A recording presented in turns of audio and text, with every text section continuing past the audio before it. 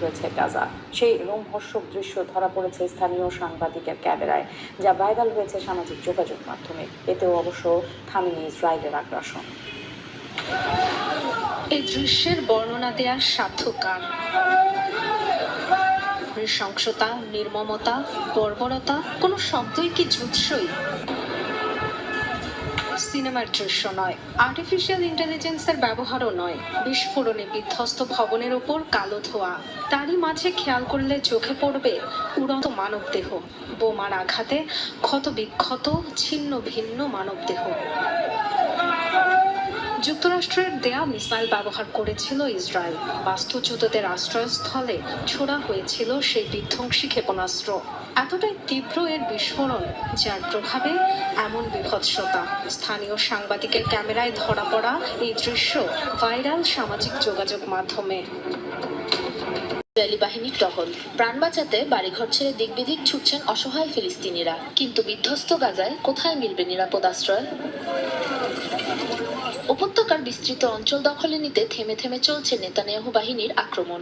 উচ্ছেদের নির্দেশ দেয় পরিবার ও নিজেদের শেষ সম্বলটুকু নিয়ে পায়ে হেঁটেই গাজা ছাড়ছেন উত্তরাঞ্চলের ফিলিস্তিনিরা। স্ত্রী সন্তান নিয়ে মাথা গোঁজার একটু ঠাঁইয়ের খোঁজে ছুটছেন ঘন্টার পর ঘন্টা। ইসরায়েলি সেনাদের অত্যাচারে এই নিয়ে 20তম বারের মতো নিঃস্ব হয়ে পথে পথে ঘুরছি। কোথায় যাব জানি না। যুদ্ধে আমার স্বামী হারিয়েছি, ছেলে হারিয়েছি, আমাদের বাড়িটাও ধ্বংস করে দিয়েছে তারা। আর কতদিন এভাবে জীবন কাটাবো? আমাদের দয়া করে একটু বাঁচতে দিন। গেল 1 মাস ধরে চলমান এ তাণ্ডবে বাস্তুচ্যুত অন্তত 2,80,000 মানুষ। তারপরও থেমে নেই ইসরায়েলি সেনাদের বর্বরতা। এরই মাঝে প্রায় বন্ধ হয়েছে গাজায় খাদ্য জ্বালানির পাশাপাশি প্রয়োজনীয় ত্রাণ সামগ্রী সরবরাহ। তীব্র সংকটে অসহায় শরণার্থীরা। আমি আর আমার স্ত্রী গত 3 ঘন্টা ধরে হাঁটছি, কোথাও একটু থাকার জায়গা পাচ্ছি না। আমাদের সহায় সম্বল এমনকি চলার শক্তিটুকু পর্যন্ত নেই। গাজা উপত্যকার বড় একটি অংশ দখল করে তা নিরাপদ অঞ্চলে অন্তর্ভুক্ত করার পরিকল্পনায় আবারও অভিযান চালাচ্ছে তেল আবিব। এই দুঃস্বপ্নের শেষ কোথায় জানা নেই কারো। সাবরিনা নুসরাত, যমুনা নিউজ।